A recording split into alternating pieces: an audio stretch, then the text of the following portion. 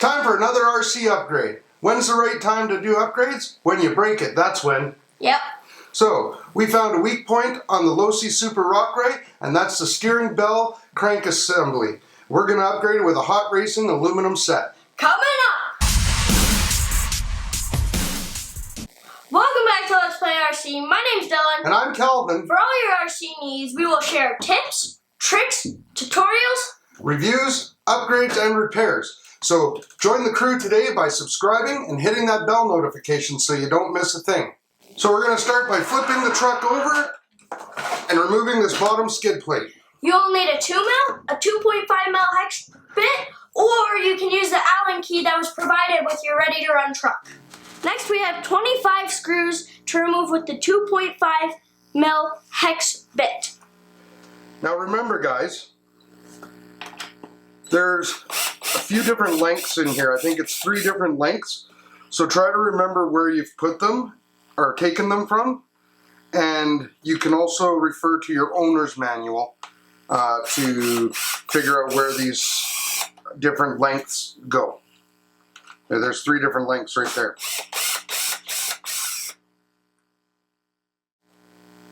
There's also no need to remove the motor cover. It's basically just all the outer screws and the center drive shaft screws. The motor housing cover and the battery cover don't need to have screws removed. You can just remove the battery cover out of the way.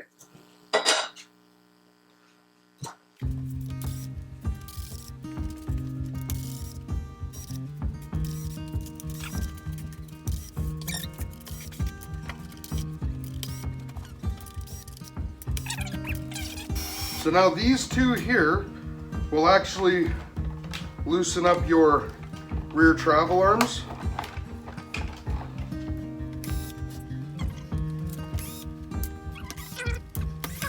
These here are actually not necessary to remove, except for you may have a little bit of trouble lining these plates up with your holes in the A-frame here. So, I mean, you can try to just pop it back on. If you're having trouble, then you'll need that 2.5 to take those, or that 2mm to take those out. You don't actually need it. Now you can see where we broke it. Right here. It's supposed to look like that, and it looks like that. So we're going to replace it all with the hot racing aluminum set.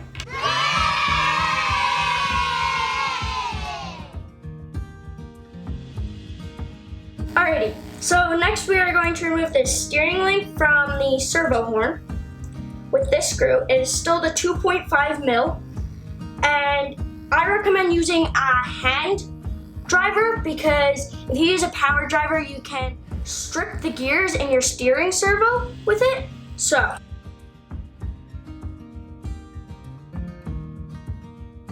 next we're going to remove the tie rod links from the hub assembly here and here. It's still the 2.5mm bit.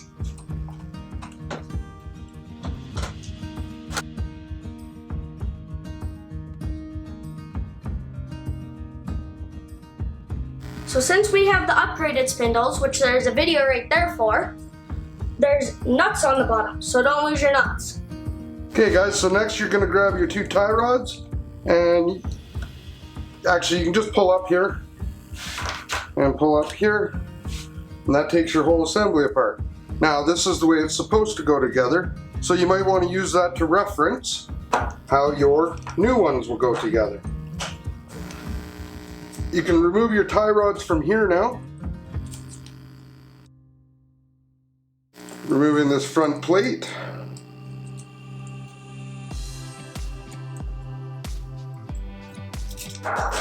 We'll release your tie rod steering links. Like so. And there's nuts in the back of this plate as well. All the nuts come on the new set, and all the bearings come on the new set.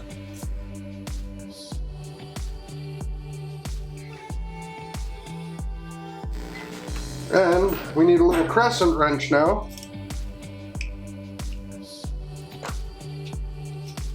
to remove the servo saver assembly.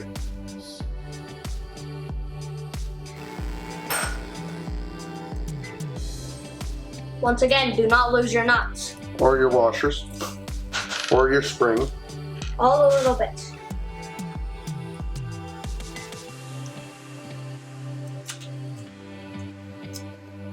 You'll need that rod out of the old set. So you take the rod, goes down,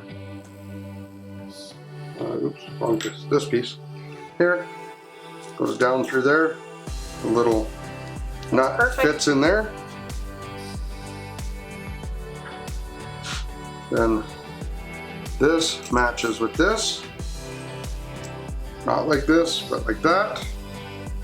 We'll put the spring back in, your servo saver, your washers, and your nut. Now your servo saver is back in place. Now the one thing they don't provide is a new washer under these to help them spin freely.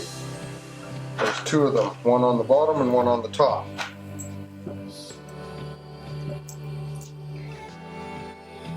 So, well, there's a washer and then there's a bushing. This bushing here. So you want the bushing in the top here. Your screw goes through. The bushing just helps everything spin. And then the washer on the bottom.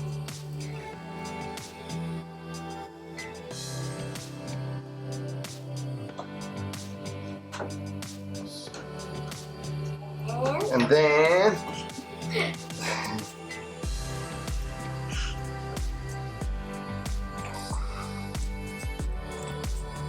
back in place. See, now when you have it tight, it still spins freely because of that bushing and the washer. Same thing on this one, goes here. But you'll need to remove this broken one that we have to get the bushing and the washer. And if I put this all together wrong, we'll find out in a second. There's the broken one.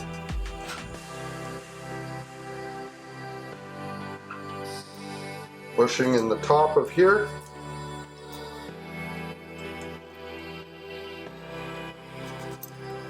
Washer.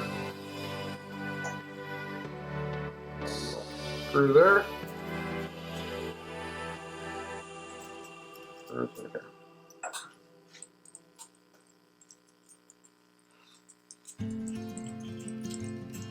Dylan and I like to use a combination of a hand driver and a drill to speed up some processes, a hand driver when it's a more delicate procedure. Now you can put your servo link back on.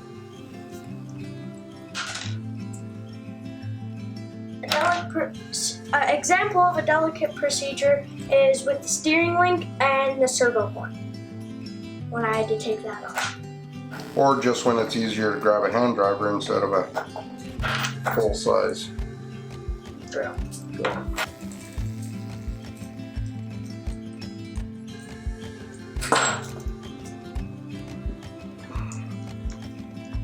Right, you'll also need this rod out of this half.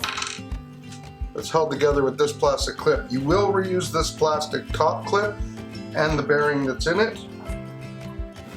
This rod actually stays like that, basically. Then you can slide this over top, like so.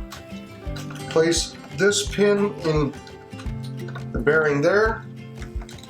That's how it goes together. Now, before you actually put all that together though, you're going to want to put your steering links back on.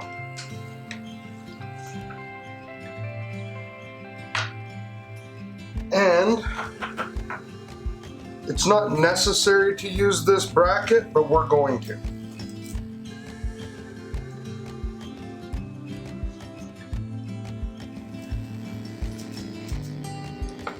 And as always, just put everything back together the same way you took it apart.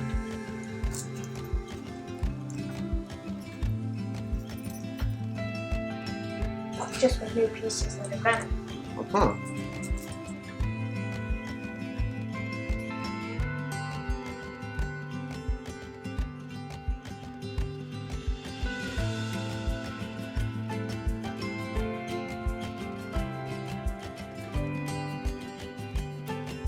There.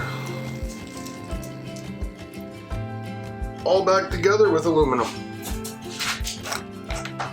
Upgrade. Slide that over that rod. Make sure the pin on the bottom of your servo saver. Well, I guess you could tighten that up a little bit while you got it down too. So you actually have a servo saver. Like so. And then this is that top clip. Comes with a pre-installed bearing. The bearing goes on this side where there is no bearing to hold these together. Clips down. There you go. Then the next thing is to reattach your steering tie rods to the spindles and reattach your steering link to your servo horn. And the install's done other than putting your skid plate back on. Your steering horn screw, metal to metal, a little bit of Loctite. So Dylan, you can take over now.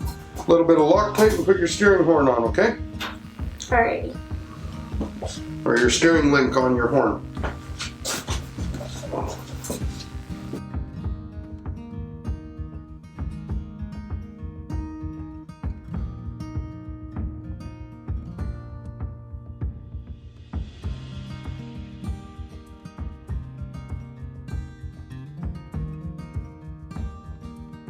And again, here you don't need Loctite because it has the nylon lock nut underneath.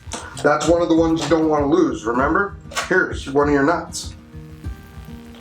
So you need to pop this out like this, get your nut back up into the hole here.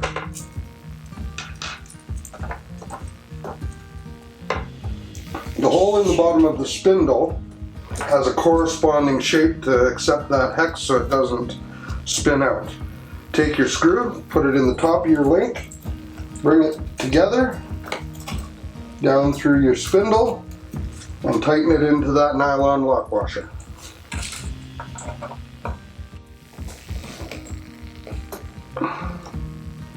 Perfect. Same thing on the other side. This lock nut didn't fall out, so we're just going to put the screw through the tie rod and tighten it up. Now it's time to put the skid plate back on with 25 screws. Now remember, when you do this, guys, you're going to pop this into your slots there. And I would suggest starting with the front here. So once you guys have these back in their slots and lined up, you want to start with the front skid plate in the front section here. Line these two plastic pieces up, hold it in place, and screw in a screw here. Tighten this one up a little bit more too, buddy.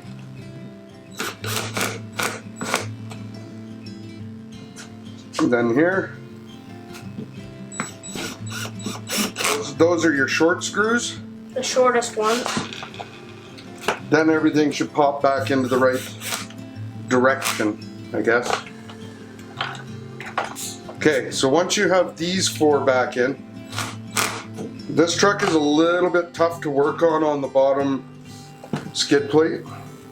I mean, it's a great plate they put on here for durability and strength. It can become a little cumbersome to work on because of it. So once you have the front done, you're going to want to pop your trailing arms back in and put those screws in. Those will be the longer screws. because it has to go through the skid plate, through the trailing arm mount, and into the body. So, the longest ones, yeah.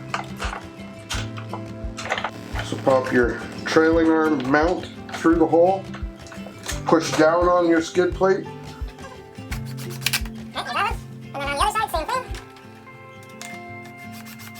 If you slip, that's going to hurt.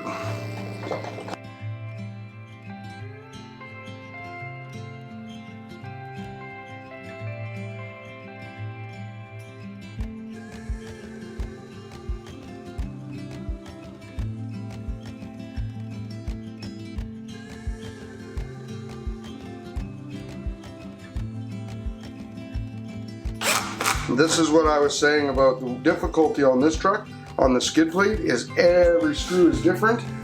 So you can either reference off the receiving chamber that's drilled into the plastic, will give you an idea of the depth, or check your owner's manual. That one would be short, I think, because that only goes into your, yeah, the short one in the middle here, that just goes into your bell assembly bracket. And then, so these two here would be how long? How long is that? That's pretty long. So it's either me. Third longest.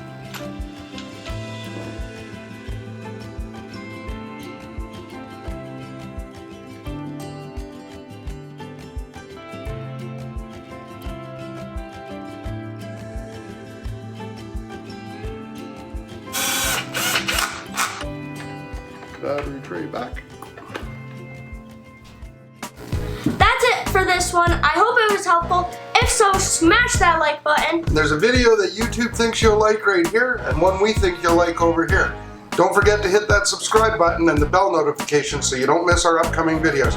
Until next time, Get out and play with RCs. see you guys later.